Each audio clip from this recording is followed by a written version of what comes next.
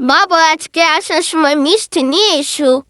আমার অনেক মিষ্টি খেতে ইচ্ছা করছে। সেই কবে পাশের বাড়ির কাকিমার ছেলে হওয়াতে মিষ্টি খেয়েছিলাম, এরপর আর মিষ্টি খাওয়া হয়নি। ঠিক আছে আমার সোনা বাবাটা, তুমি মিষ্টি খেতে চেয়েছ, আমি অবশ্যই আসার সময় মিষ্টি নিয়ে আসবো। তুমি কোনো চিন্তা করো না।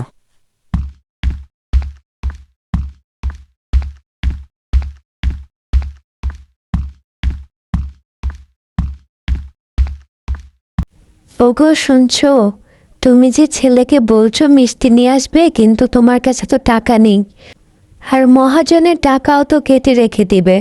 তাহলে তুমি কি দিয়ে মিষ্টি নিয়ে আসবে? ছেলেটাকে শুধু শুধু মন খারাপ করাবে। তার চেয়ে ভালো ছেলেটাকে সত্যি কথা বলে দাও। তুমি চিন্তা করো না বউ, আমি কোনো না কোনো ব্যবস্থা ঠিকই করে নেব। ছেলেটা কখনো কিছু চায় না, আজকে মিষ্টি খেতে চেয়েছে, আমি কিভাবে না করি বলো? আচ্ছা ঠিক আছে, তুমি যেহেতু বলছো তাহলে নিয়ে এসো, ছেলেটা অনেক খুশি হবে।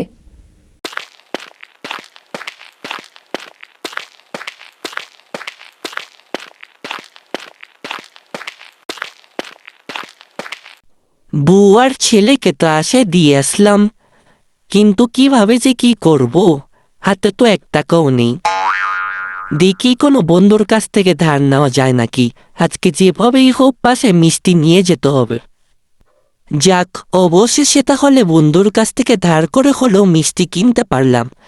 ছেলেটা আমার অনেক খুশি হবে, বউ আজকে খুশি হবে, আজকে তাদেরকে দাও কথা আমি রাখতে পেরেছি।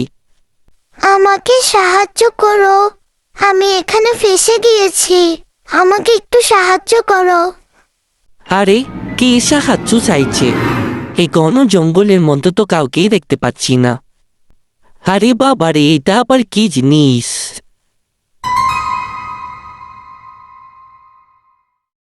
আমাকে দেখে ভয় পেও না, আমি তোমার কোনো ক্ষতি করব না, আমাকে একটু সাহায্য করো।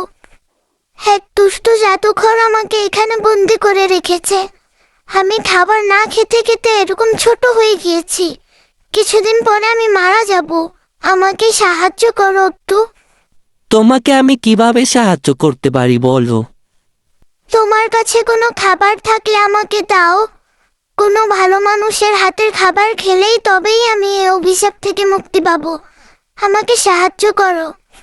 আমার কাছে তো শুধু মিষ্টিই আছে, তাও সেটা আমার ছেলে খেতে চেয়েছে।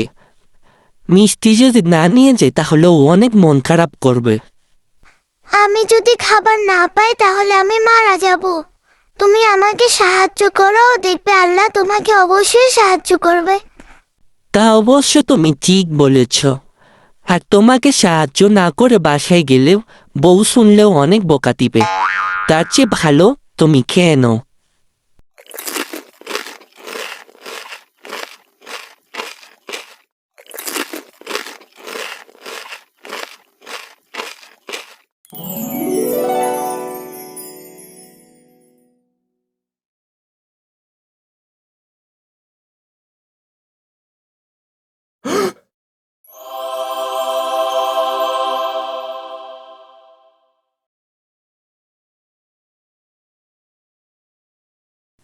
তুমি আমার জীবন বাঁচিয়েছ, তোমাকে অসংখ্য ধন্যবাদ।